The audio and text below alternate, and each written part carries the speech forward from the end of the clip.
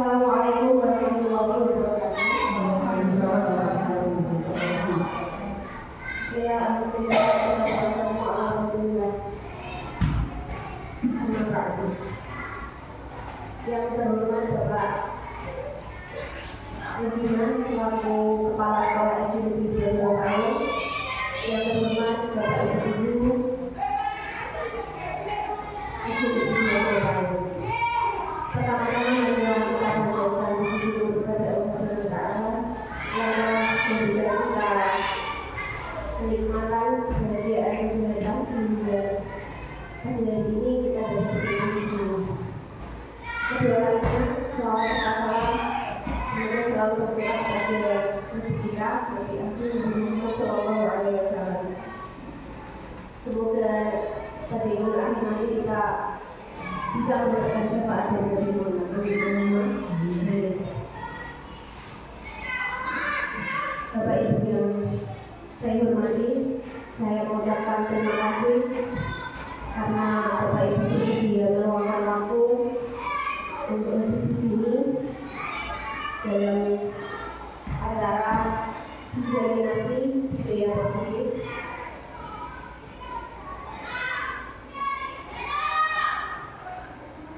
Kegiatan ini saya lakukan dalam rangka memenuhi tugas program pendidikan guru muda saya, yaitu program pendidikan guru muda angkatan 10. Dalam hal ini tugas modul 1.4 membuat vaksinator budaya positif. Sebelum kegiatan diseminasi ini kita laksanakan, mohon sekiranya Bapak Kepala Sekolah berkenan memberikan sambutan. Kepada Bapak Kepala Sekolah saya silakan.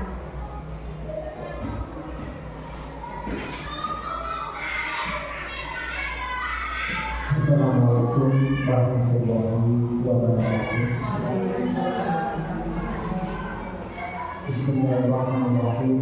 Alhamdulillahirabbil alamin. Wa bihi nasta'inu ala umuri dunya waddin. Wassalatu wassalamu ala asyrofil anbiya'i wal mursalin sayyidina wa Muhammadin wa ala alihi wa sallam. Dengan hormati Ibu Jati selaku guru, dengan hormati Bapak-bapak Ibu guru master karyawan SD Negeri 2 Lokayo. Sebelumnya mari kita mengucapkan puji syukur alhamdulillah kepada Allah Subhanahu wa Ta'ala yang telah melimpahkan rahmat dan hidayah kepada kita semua, sehingga pada pagi ini kita bisa berkumpul dalam rangka sholat Lebaran. Selanjutnya salam salawat kita berikan kepada junjungan Nabi Muhammad Sallallahu Alaihi Wasallam yang kita tunggu sahabatnya di hari yaumul kiamat. Semoga saja kita yang ada di sini besok tetap berada di rumah serta mendapat syafaat. Amin amin Allahumma. Selanjutnya kepada bapak-bapak ibu-ibu, di sini saya selaku kepala sekolah mengucapkan banyak terima kasih kepada Ibu Wati di pembelah di SD Negeri 2 Lokayo serta bapak ibu guru semuanya. Di sini yaitu akan membahas masalah diseminasi budaya positif. Bapak Ibu, budaya positif ini sangat penting sekali, ya, sangat penting sekali. Tetapi sebelum kita meletakkan budaya positif ini kepada anak didik kita, pertama kali adalah pada diri kita sendiri. Ya, karena apa? Kita ini sebagai guru sehingga menjadi contoh dan panutan anak-anak semua. Kalau kita saja tidak disiplin, ya, tidak meletakkan budaya positif tentang kedisiplinan, kok mengajak anak-anak disiplin, mungkin anaknya juga kurang. Maka dari itu saya harapkan sebelum kita kepada anak-anak diri kita, pertama kali yang kita benahi, setelah itu baru kita terapkan kepada diri anak-anak. Karena apa Bapak Ibu? Budaya positif, diskriminasi budaya positif ini sangat penting, ya. Karena apa? Kalau pandai itu belajar cepat sudah bisa. Tetapi kalau akhlak, kebiasaan, kebudayaan kalau tidak ditanamkan mulai kecil, nah itu anak itu Bapak Ibu, ya biasanya saja yang sudah ditanamkan sejak kecil, sudah dewasa saja tidak bisa menjalankan, apalagi kalau tidak diletakkan. Maka dari itu mari kita bersama-sama secara kompak. Karena apa? Kedisiplinan ini, kebudayaan positif ini kalau tidak dijalankan secara kompak yang ada di lingkungan sekolah, maka juga tidak bisa tercapai. Maka dari itu saya mohon kepada Bapak Ibu guru serta staf SD Negeri 2, mari kita bersama-sama untuk meletakkan, yaitu dengan adanya budaya positif yang sudah kita laksanakan, yaitu pada tiap pagi ini kita menyambut anak-anak, ya dong, dengan senyum, salam, sapa, berjabat tangan. Dan ini adalah dasar bagi anak-anak untuk jenjang berikutnya melatih kebiasaan yang positif ini harus kita jaga. Setelah itu kita datang ke musola untuk melaksanakan pembacaan surat Yasin, Asmaul Husna, dan diteruskan dengan adanya sholat duha bersama. Maka dari itu harus kita istiqomahkan kegiatan seperti itu. Tetapi disiplin ini tidak hanya itu saja. Contohnya saja di sekolah kita ada tata tertib. Tata tertib itu ada dua, tata tertib buat anak-anak dan tata tertib buat bapak ibu guru semua. Makanya kita harus bisa melaksanakan tata tertib itu agar apa? Kegiatan untuk membudayakan kegiatan yang positif ini bisa berjalan dengan lancar. Contohnya saja yang paling mudah, setiap hari Senin, Selasa upacara dan memakai seragam merah putih, pakai topi, pakai besi, bersepatu. Nanti hari Rabu pakai identitas SD dan Jumat Sabtu pakai pramuka. Ini adalah kebiasaan yang bagus Bapak Ibu. Ya, begitu juga nanti di dalam tata tertib ini di sekolah itu secara global mengatur satu sekolah satu SD. Tetapi nanti Bapak Ibu guru mempunyai tata tertib sendiri yang ada di dalam kelas masing-masing dengan persetujuan anak-anak. Nah, biasanya seperti itu Bapak Ibu. Apalagi dulu kalau waktu saya masih dulu menjadi guru, anak-anak itu saya suruh menilai saya. Saya itu bagaimana? Saya suruh menilai kejelekan apa saya, kebaikan apa. Nah itu saya suruh menilai. Setelah itu nanti perjanjian di dalam kelas, Bapak guru tidak boleh ini. Anak-anak yang membuat sendiri. Setelah itu baru saya membuat aturan sendiri sama anak-anak.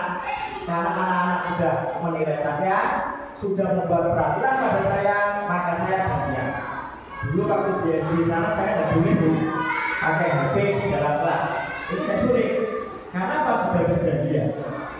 Nah, maka dari itu kalau bersurat di dalam kelas tidak boleh, tidak pernah pakai HP karena sudah berjanjian.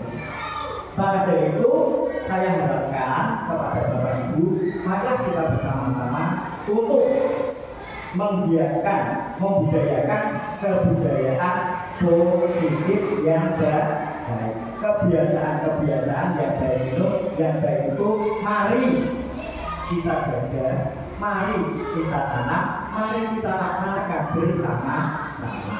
Dengan cara apa? Dengan cara pengawasan Bapak Ibu.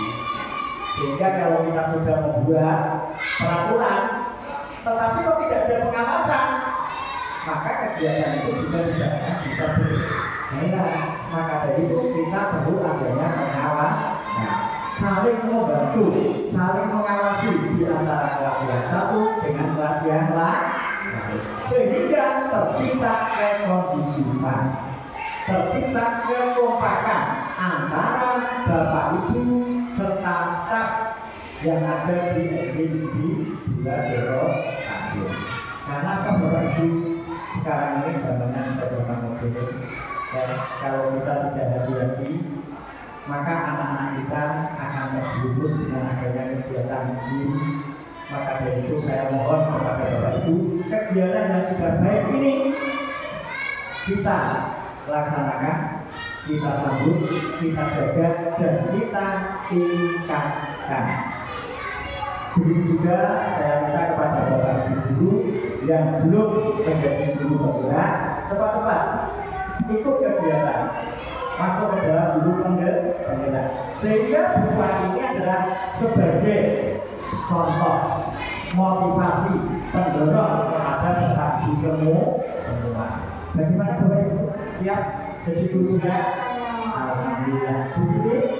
Alhamdulillah. Karena apa? Bapak Ibu yang masih muda, kecuali kalau saya sebentar lagi sudah pensiun, tidak usah bergerak menjadi guru penggerak. Ya, itu saja yang bisa saya sampaikan kepada Bapak Ibu guru. Saya mohon, marilah kita bersama-sama untuk membudayakan kegiatan yang baik, untuk menanamkan akhlak dan tingkah laku anak-anak SD Negeri 2 Doro Tanjung.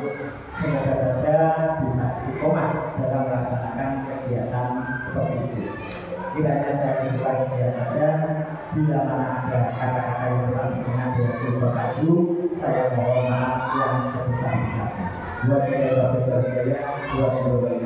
Wassalamualaikum warahmatullahi wabarakatuh.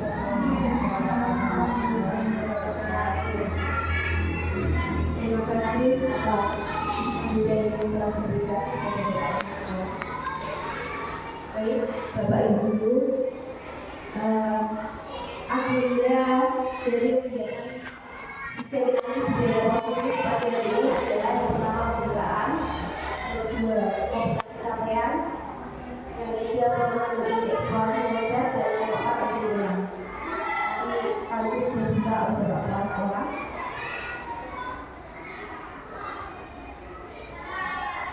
Di sini ada beberapa pertanyaan pemantik. Yang pertama yaitu apakah lingkungan dapat mendisiplinkan anak? Coba mari kita bersama-sama merenungkan apakah lingkungan itu dapat membuat anak kita menjadi disiplin, membuat guru kita menjadi disiplin, dan apakah ketika kita memberikan lingkungan itu akan ada dampaknya, baik dengan waktu yang jangka waktu yang dekat ataupun jangka waktu yang lama. Pertanyaan yang berikutnya yaitu apakah pemberian hukuman dengan hal positif seperti membaca atau membersihkan halaman sekolah dapat meningkatkan disiplin anak? Ya, kan itu hal yang positif, ya kan? Membaca, dengan membaca anak menjadi tambah pengetahuan, ya kan? Dengan membersihkan halaman sekolah menjadi bersih. Nah, apakah itu sudah dapat meningkatkan rasa kedisiplinan kita? Yang selanjutnya yaitu apakah memberi penghargaan dapat meningkatkan motivasi belajar anak atau peserta didik kita?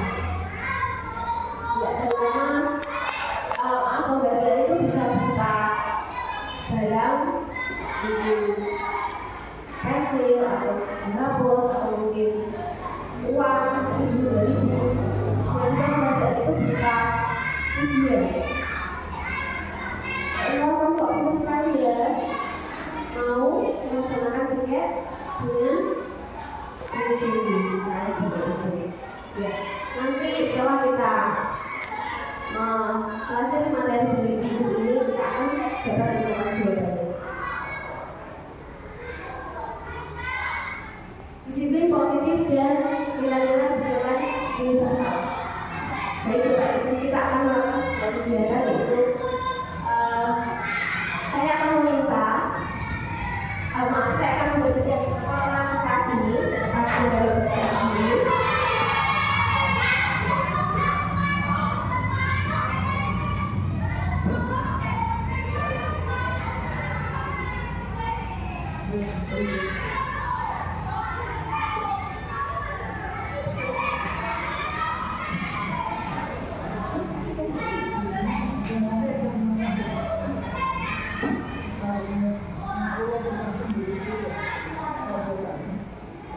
Baik, silakan Bapak Ibu yang saya beri kertas, silakan coba membayangkan bahwa kertas yang Bapak Ibu pegang itu adalah sebuah barang yang sangat berharga yang Bapak Ibu miliki.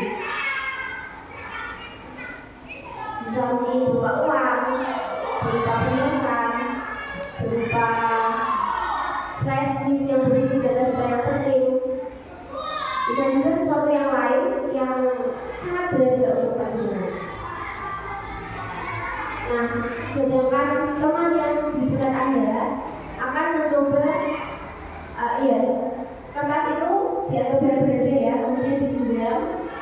Nah, teman di sebelah Anda akan mencoba untuk membuka genggaman itu untuk meminta barang berharga yang panjenengan miliki. Nah, coba renungkan, nanti saya akan menghitung 1 sampai 3.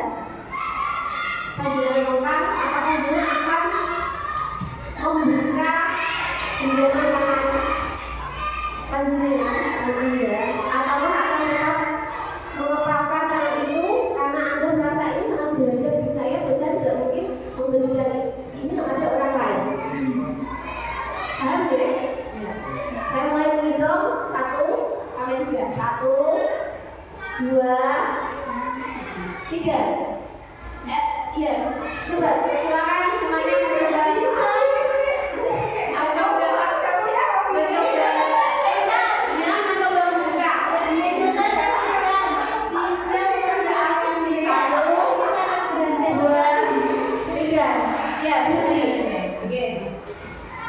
Baik, tentunya Bapak Ibu guru semua mempunyai alasan mengapa Bapak Ibu guru mempertahankan genggaman tangan itu dan mengapa ada juga yang membuka genggaman tangan itu, ya kan?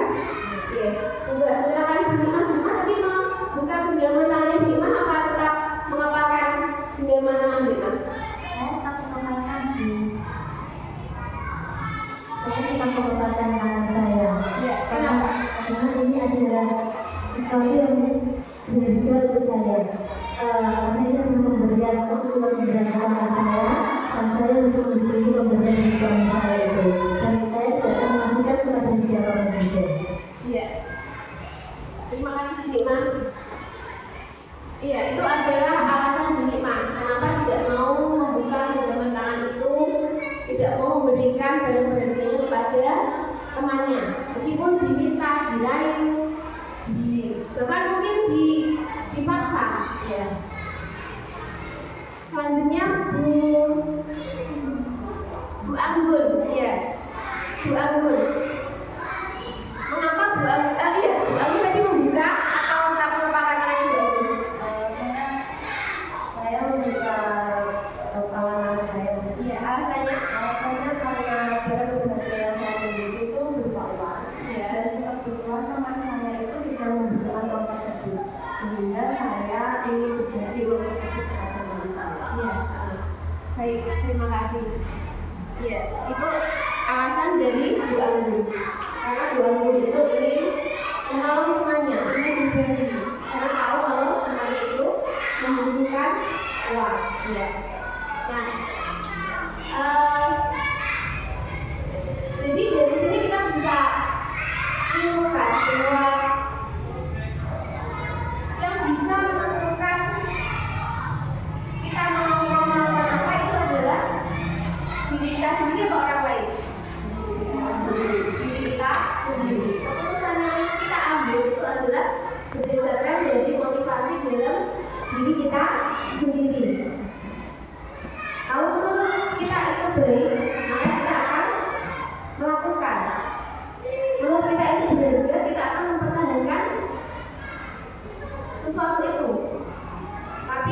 Bisa juga sesuatu itu berharga tapi kita dengan rela memberikan kepada orang lain karena memang kita itu sadar itu dibutuhkan oleh teman kita. Dengan kita melakukan itu kita berarti membantu teman kita. Ya. Inilah yang akan kita tanamkan pada diri murid-murid kita, peserta didik kita, menanamkan bahwa murid kita itu menanamkan tentang bagaimana dia menentukan mana yang terbaik untuk dirinya sendiri yang harus dia lakukan dan mana yang tidak baik untuk dirinya yang harus ditinggalkan, dan mengajarkan kepada murid kita, peserta didik kita untuk mau dan berani mengakui kesalahan apabila mereka pernah melakukan kesalahan. Baik, tujuan dari kegiatan ini itu disiplin positif. Kegiatan disiplin positif ini akan dilalui oleh teori kontrol atau pilihan dari Dr. William Deser, bahwa tidak ada orang lain yang bisa mengontrol diri kita. Yang bisa mengontrol diri kita adalah orang lain, diri kita sendiri. Dan seandainya pernah ada yang bisa mengontrol diri kita, itu kan tidak akan selamanya. Ini akan bersifat sementara. Budaya positif yang kita bahas di sini meliputi disiplin positif, teori motivasi, hukuman dari penghargaan, teori kontrol, posisi kontrol dulu, kebutuhan dasar manusia, keyakinan kelas, dan segitiga resolusi. Teori motivasi. Di sini ada 3 teori motivasi. Yang pertama mengatakan bahwa motivasi itu dilakukan menghindari ketidaknyamanan atau hukuman. Jadi kadang ada masyarakat kita yang takut datang terlambat ke sekolah karena apa? Takut nanti kalau dihukum sama guru. Sebenarnya keluar itu disebut hari misalnya. Itu adalah teori motivasi yang paling rendah, yaitu untuk menghindari ketidaknyamanan atau hukuman. Anak mau mengerjakan PR karena kalau tidak mengerjakan PR nanti disuruh nulis 2 kali misalnya. Teori motivasi yang kedua yaitu untuk mendapatkan imbalan dari orang lain atau dari institusi. Misalnya, kalau kalian dapat nilai 100 ketika ulangan, nanti dikasih permen misalnya. Nah, itu dari motivasi mereka itu untuk mendapatkan imbalan. Saya mau disuruh ibu membeli cabai di warung. Kalau ibu mau memberikan uang 2.000 untuk jajan misalnya, berarti dia motivasinya untuk mendapatkan imbalan. Nah, teori motivasi yang selanjutnya itu untuk menghargai diri sendiri. Saya ada anak yang melaksanakan tugas piket kebersihan kelas dengan sungguh-sungguh, menyapu, bersih, datang lebih awal karena dia tahu bahwa itu adalah piketnya. Sadar bahwa menjaga kebersihan kelas adalah tanggung jawabnya. Nah, itu berarti dia motivasinya untuk menghargai diri sendiri. Nah, inilah motivasi yang ketiga. Inilah motivasi yang perlu kita tanamkan pada diri murid-murid kita, pada diri peserta didik kita. Selanjutnya hukuman dan penghargaan. Bahwa penghargaan itu ternyata berlaku sama dengan hukuman. Maksudnya bagaimana?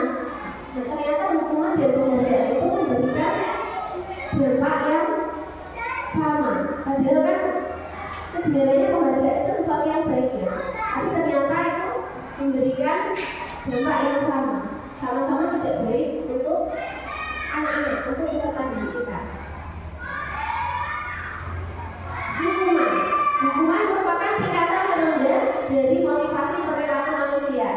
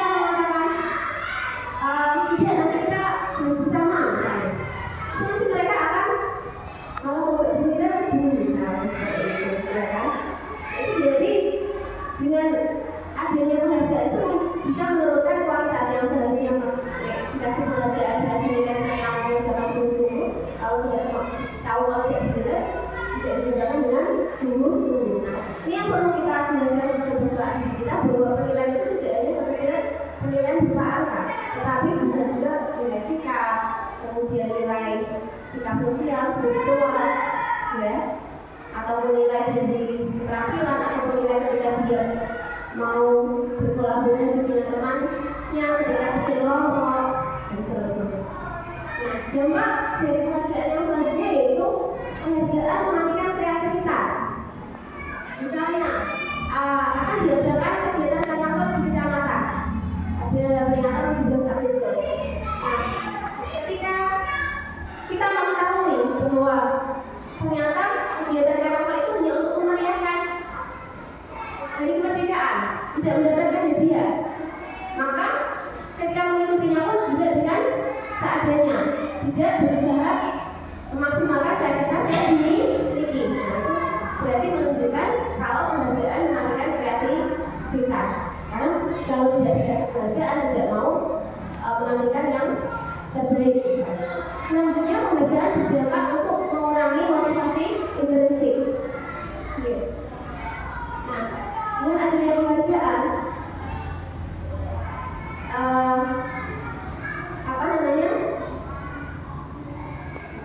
membuat orang itu menjadi tidak mempunyai motivasi dari dalam diri mereka sendiri. Motivasi yang seharusnya mereka itu melakukan sesuatu karena keinginannya sendiri, karena mungkin tanggung jawabnya yang seharusnya dilakukan, tapi dengan adanya penghargaan, akhirnya mereka dengan adanya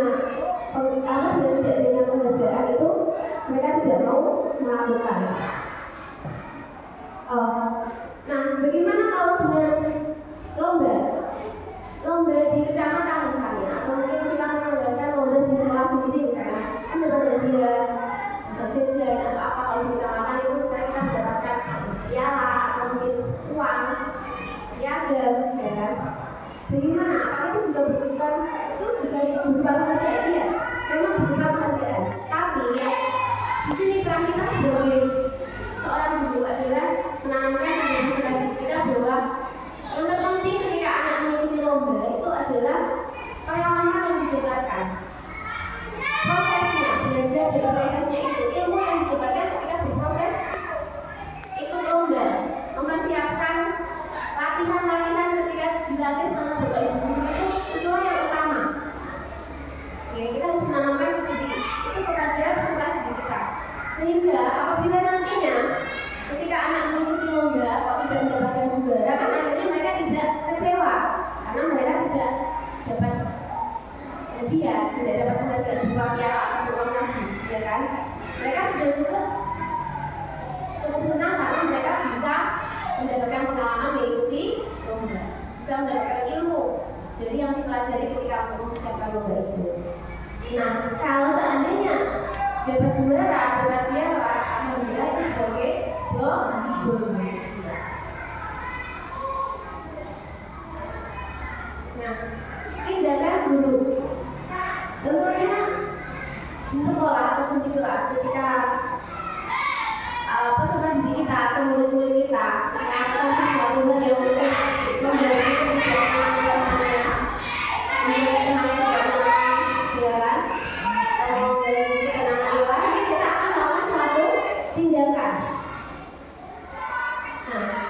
tindakan itu secara tidak kita sadari berupa hukuman ataupun konsekuensi.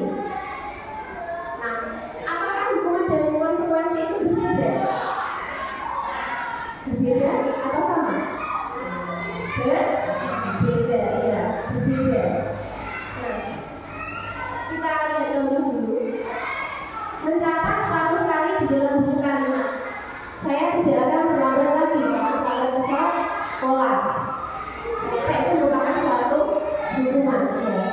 Saya juga pernah melakukan seperti itu ya, karena dulu belum tahu.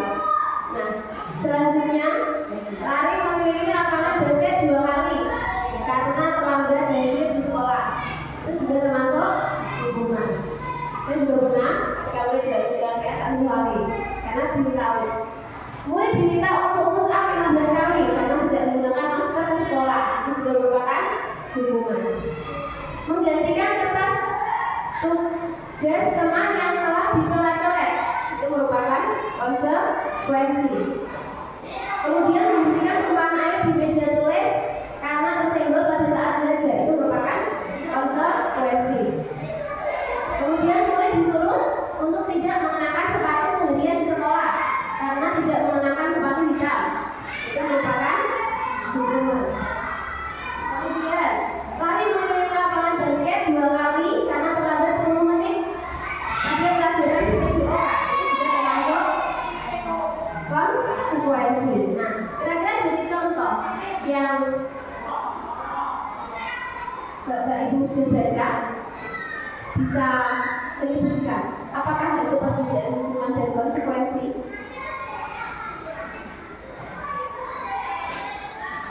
Menggantikan kertas tugas teman yang telah dicoret-coret. Jadi temannya punya kertas terus dicoret-coret, kemudian disuruh menggantikan. Ada hubungannya apa tidak? Berkaitan dengan kesalahan yang dilakukan apa tidak? Mencoret kertas kemudian disuruh mengganti dengan kertas yang masih bersih. Ya, ada hubungannya ya? Iya. Kemudian yang pertama, mencatat 100 kali di buku kalimat saya tidak akan terlambat lagi karena terlambat ke sekolah. Apakah hukumannya terlambat dengan mencatat? Tidak. Ya. Jadi dari sini kita bisa mengetahui bahwa hukuman itu diberikan tidak sesuai, maksudnya tidak ada kaitannya dengan kesalahan yang dilakukan. Tapi kalau konsekuensi itu ada hubungannya dengan kesalahan yang dilakukan. Jadi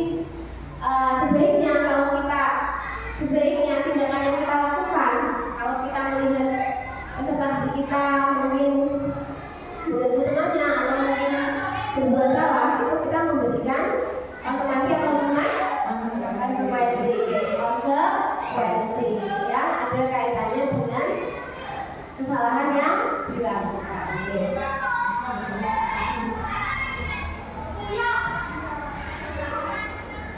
Selanjutnya restitusi.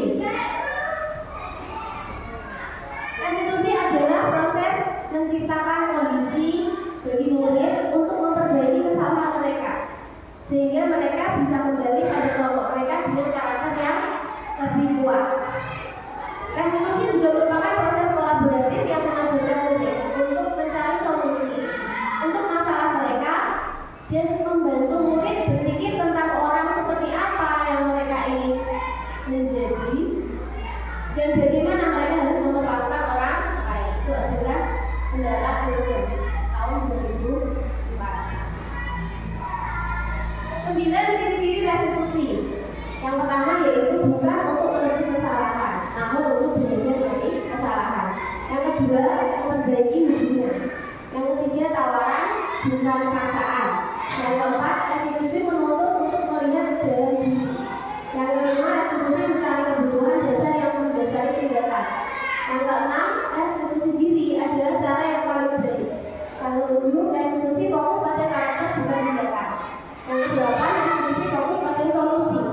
Yang kesembilan, restitusi mengembalikan murid yang berbuat salah pada kelompok ini. Itu adalah 9 ciri-ciri restitusi. Nah, keyakinan kelas.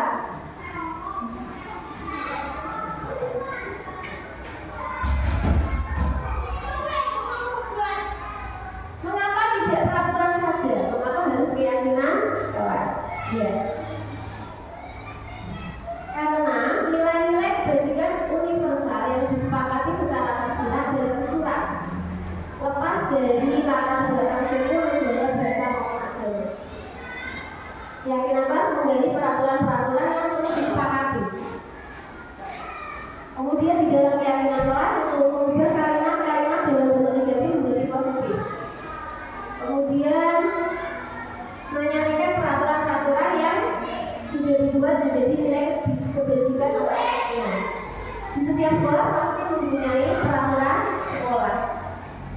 Ya, peraturan sekolah. Namun seperti yang kita tahu, peraturan sekolah itu dibuat oleh sekolah. Hanya satu arah, tidak dua arah. Namun apabila keyakinan kelas itu dibuat dua arah, kesepakatan antara guru dan murid dalam satu kelas, dan juga dalam satu sekolah.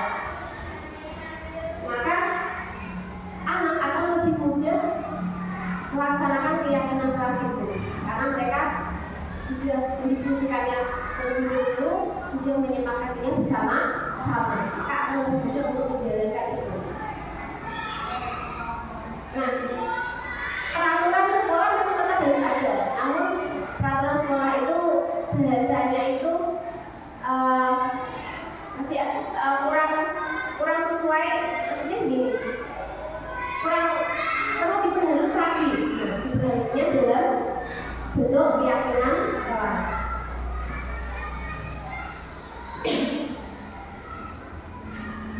Ini adalah contoh peraturan. Nah, sebenarnya itu nanti kita akan membuat keyakinan kelas dari peraturan yang ada ini. Pertama, selalu kembalikan buku ke tempatnya. Dilarang mengganggu orang lain. Jadi di sekolah 15 menit sebelum pembelajaran dimulai. Dilarang melakukan kekerasan. Dilarang menggunakan narkoba. Bergantian atau menunggu giliran. Gunakan masker. Jangan berlari ke kelas atau koridor. Saya akan membagikan kertas ini, kemudian coba Bapak Ibu pikirkan keyakinan kelas yang kita bisa buat dari peraturan yang ada di tabel sebelah kiri itu yang seperti apa. Ini tidak benar atau salah ya, maksudnya tidak ada benar dan tidak ada salah ataupun tidak. Ini merupakan pendapat kita.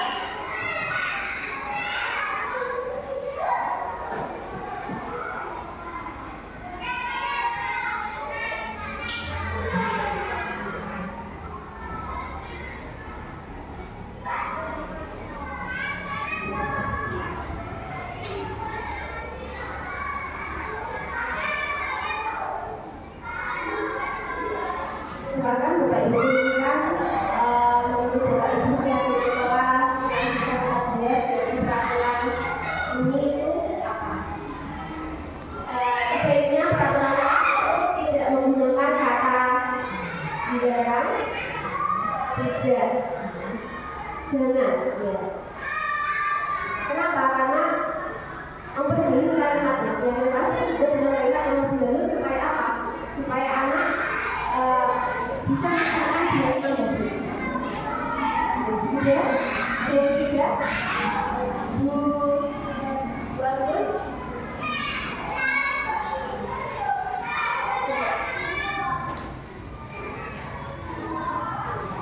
Baik, untuk kelas menurut saya, yang pertama dari peraturan selalu kembalikan buku ke tempatnya. Saya berpendapat keyakinan kelas yang dapat kita terapkan yaitu selalu merawat buku. Kemudian untuk peraturan dari dilarang mengganggu orang lain, keyakinan kelas yang dapat kita terapkan yaitu saling menghargai orang lain. Kemudian untuk peraturan yang ketiga yaitu hadir di sekolah 15 menit sebelum pembelajaran dimulai, kita dapat memberikan keyakinan kelas yaitu disiplin waktu. Kemudian untuk dilarang melakukan kekerasan, kita bisa menerapkan menghindari bersikap kasar atau menyakiti orang lain. Selanjutnya, untuk peraturan dilarang menggunakan narkoba, kita dapat menerapkan keyakinan kelas yaitu hindari narkoba. Untuk peraturan bergantian atau giliran, kita dapat menerapkan keyakinan kelas yaitu budayakan antri. Kemudian untuk gunakan masker, kita dapat menerapkan keyakinan kelas yaitu membiasakan memakai masker untuk menjaga kesehatan. Dan yang terakhir dari peraturan jangan berlari di kelas atau koridor, kita dapat menerapkan keyakinan kelas yaitu menjaga ketenangan kelas. Sekian dari saya, terima kasih. Terima kasih Bu Anggun. Itu adalah contoh keyakinan kelas yang bisa kita buat dari peraturan sekolah yang ada. Apakah kita boleh membuat dengan kalimat yang lain? Boleh, tidak harus sama persis dengan Bu Anggun. Yang penting intinya tidak apa tadi? Tidak menggunakan kata jangan, dilarang, kemudian tidak boleh. Itu harus kalimatnya.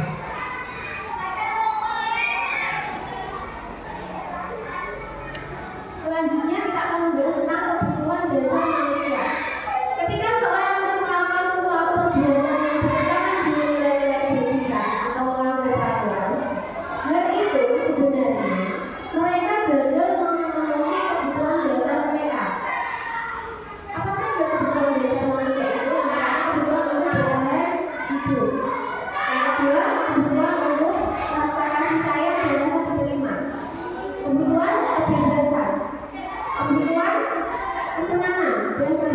penguasaan. Ketika kita menjumpai anak kita atau murid kita di sekolah itu dia suka jalan-jalan di kelas. Nah, itu mungkin sebenarnya dia itu ingin mencari perhatian dari guru. Kenapa? Karena di rumah itu dia kurang kasih sayang, tidak diperhatikan oleh orang tuanya. Orang tuanya mungkin sibuk bekerja dari pagi sampai sore, sore capek di rumah istirahat, malam tidur bersih karena sudah sampai bekerja sendiri. Sehingga anak itu merasa tidak diperhatikan orang tuanya, karena tidak mendapatkan kasih sayang.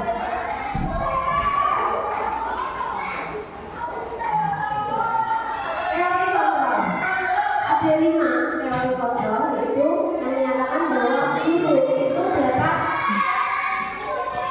berposisi sebagai penghukum, kemudian guru dapat memposisikan diri sebagai pembuat rasa bersalah, kemudian guru dapat memposisikan diri sebagai teman, kemudian sebagai pemantau dan sebagai manajer.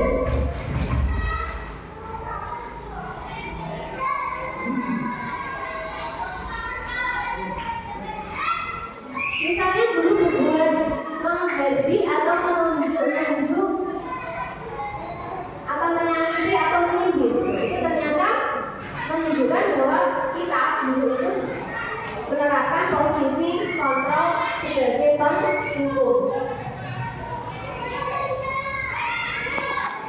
Dengan berkata bagaimana misalnya, kalau kamu tidak melakukannya, awas ya, paksakan nanti.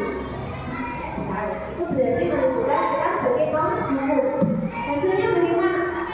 Membentak anak, menyalahkan orang lain. Hasilnya anak itu akan memberontak dan menyalahkan orang lain. Bahkan ada juga berbohong karena tadi sudah diancam oleh guru. Kemudian kaitan dengan dunia berkualitas apa? Murid mengatakan guru di luar dunia berkualitas. Jika dengan perkataan biarkan saja, nanti juga marah-marah. Kemudian jawab pada murid apa? Akan mengulangi kesalahannya lah. Selanjutnya membuat rasa bersalah. Posisi kontrol yang kedua yaitu membuat rasa bersalah. Biasanya guru berbuat berceramah dan mengatakan seharusnya kamu begini. Kecewa dong kalau itu ternyata suka terlalu ke sekolah dan seterusnya. Nah ini contohnya. Kemudian biasanya bagaimana? Menyembunyikan, menyangkal, berbohong. Gitu. Kaitan dengan dunia berkualitas, murid meletakkan guru di dalam dunia berkualitas. Murid berkata, maafkan saya dulu, misalnya seperti itu. Dampaknya apa? Merasa rendah diri. Meskipun murid itu mau minta maaf, tapi dia akhirnya merasa rendah diri di dalam dirinya. Posisi kontrol guru yang selanjutnya itu sebagai teman. Guru itu membuat alasan untuk muridnya. Misalnya dengan mengatakan, ayolah, coba kamu lakukan ini, ibu. Asal kamu tidak mau, ingat loh, kalau kamu tidak mau melakukan itu, guru nggak mau bantu kamu loh. Hasilnya apa? Anak menjadi ketergantungan. Kemudian kaitan dengan dunia berkualitas, murid meletakkan diri sebagai orang yang sangat penting di dunia berkualitas. Murid berkata, saya pikir bapak ibu adalah teman, ternyata begitu. Dampaknya lemah, tidak mandiri dan berani. Indikator yang selanjutnya yaitu pemantau. Biasanya guru itu menghitung dan mengukur. Contohnya mengatakan apa peraturannya. Kemudian hasilnya menyesuaikan diri bila diawasi. Kalau tidak diawasi ya dia tidak akan berbuat yang baik. Kemudian kaitan dengan dunia berkualitas apa? Murid mengatakan guru ada peraturan dan hukum di dunia berkualitas. Murid berkata, berapa banyak bintang yang sudah saya peroleh, berapa halaman yang harus saya tulis. Dampaknya apa? Menyebarkan pada sanksi atau hadiah atau guru. Kemudian posisi guru sebagai manajer. Guru berbuat apa? Mengajukan pertanyaan-pertanyaan. Kamu kok terlambat, kenapa enggak? Sudah saya bocor dulu. Kamu enggak ngecek sebelumnya tadi. Saya sudah cek dulu, tapi tiba-tiba tuh di jalan itu ada paku, terus kena paku. Nah seperti itu. Jadi kita tanya seperti itu. Jangan langsung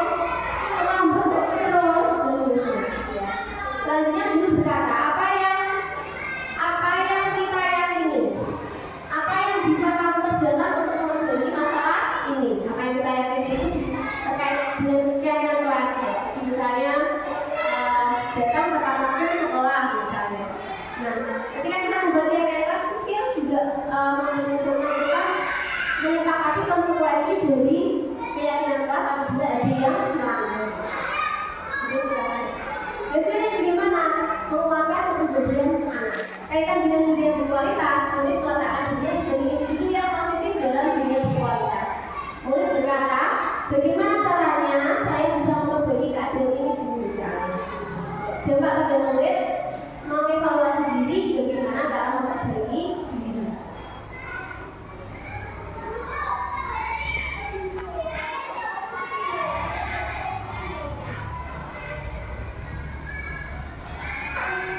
Nah, ini adalah beberapa pernyataan. Saya kecewa sekali dengan kamu. Nah, ini menunjukkan kita sebagai posisi kita sebagai pembuat merasa bersalah. Kamu tidak pernah benar melakukannya. Itu berarti menunjukkan posisi kontrol kita sebagai pemimpin. Ayolah, lakukan demi ibu atau bapak. Itu berarti menunjukkan kita sebagai teman.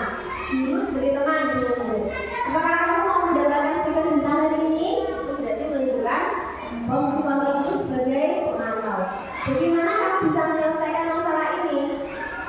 Itu menunjukkan posisi guru sebagai manajer. Kamu selalu yang paling terakhir. Itu berarti posisi pemimpin. Posisi manajer merupakan posisi yang paling baik. Posisi di mana guru berbuat sesuatu bersama murid, mempersilahkan murid mempertanggungjawabkan perilakunya, mendukung murid agar dapat menemukan solusi atas permasalahannya sendiri. Kita diharapkan dari guru yang baik kita bisa menerapkan posisi diri kita pada posisi manajer. Segitiga restitusi. Jadi restitusi tadi merupakan kondisi menciptakan kondisi bagaimana untuk memperbaiki kesalahan mereka sehingga mereka bisa kembali pada kelompok mereka dengan karakter yang lebih kuat.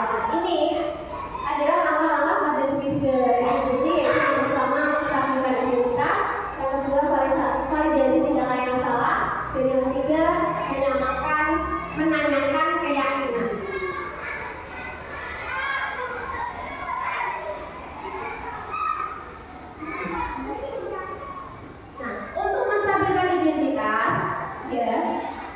Menstabilkan identitas itu bertujuan untuk membuat anak yang merasa gagal karena berbuat salah menjadi berpikir positif terhadap dirinya. Kita bisa mengatakan seperti ini, untuk menstabilkan identitas itu kita bisa mengatakan seperti ini. Berbuat salah itu hal yang manusiawi. Tidak ada manusia yang sempurna. Bapak Ibu juga pernah berbuat salah. Apakah ini harus dikatakan semua? Tidak. Kita bisa mengambil salah satunya saja. Kita sesuaikan dengan permasalahan yang muncul. Selanjutnya, validasi kebutuhan. Bertujuan untuk membantu murid mengenali basic need atau kebutuhan dasar yang ingin dipenuhinya ketika melakukan kesalahan itu. Pada dasarnya, setiap tindakan manusia tujuannya adalah memenuhi kebutuhan dasar. Apakah itu penguasaan, kebebasan, kasih sayang, kebebasan kehidupan, kesenangan atau berani. Nah, kita bisa berkata kepada murid kita untuk melakukan validasi kebutuhan. Kita bisa berkata, kamu bisa saja kan melakukan yang lebih buruk, tapi kamu tidak melakukannya kan? Kamu pasti punya alasan mengapa melakukannya. Apa yang penting bagi kamu? Ini merupakan kata-kata yang bisa kita sampaikan untuk memvalidasi tindakan. Yang selanjutnya yaitu menanyakan keyakinan. Ini adalah langkah restitusi yang ketiga. Anak melihat tujuannya apa? Anak mampu melihat kesalahan gimana dihubungkan dengan norma sosial dan nilai-nilai yang berdasar manusia berinteraksi dengan orang lain. Nah, untuk melakukan menanyakan keyakinan ini kita bisa berkata, apa nilai yang kita percaya di kelas dan di sekolah kita? Nilai-nilai universal apa yang kita sepakati? Kelas yang ideal kita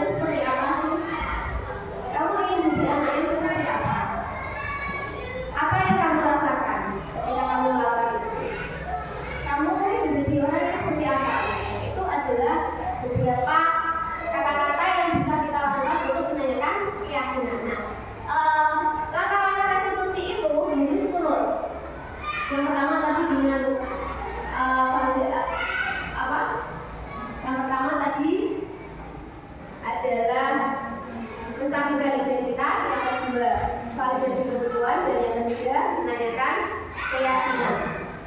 Ini yang saya tampilkan sebuah video yang menunjukkan contoh penerapan restitusi.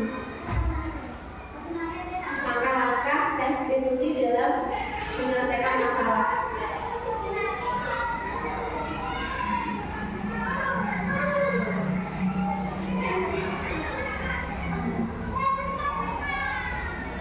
Kurang jelas ya?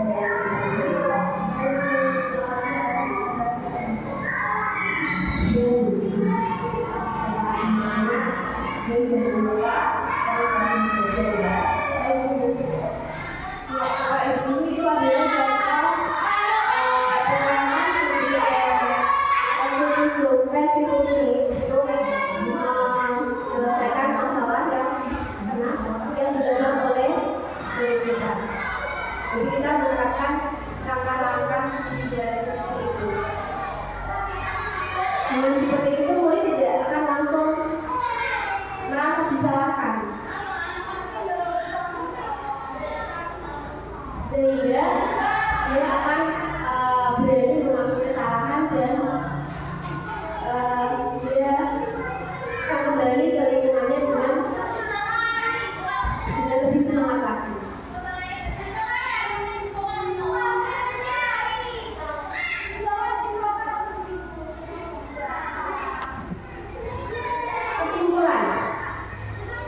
Kesimpulannya adalah budaya positif yang diimplementasikan secara maksimal dan bermakna akan berdampak pada perilaku siswa kita sekarang dan di masa depan.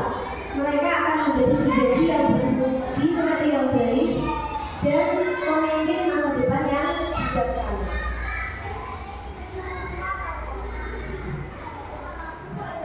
Baik Bapak Ibu, guru, demikian definisi budaya positif yang dapat saya sampaikan. Semoga apa yang saya sampaikan ini bermanfaat untuk semua. Saya mohon maaf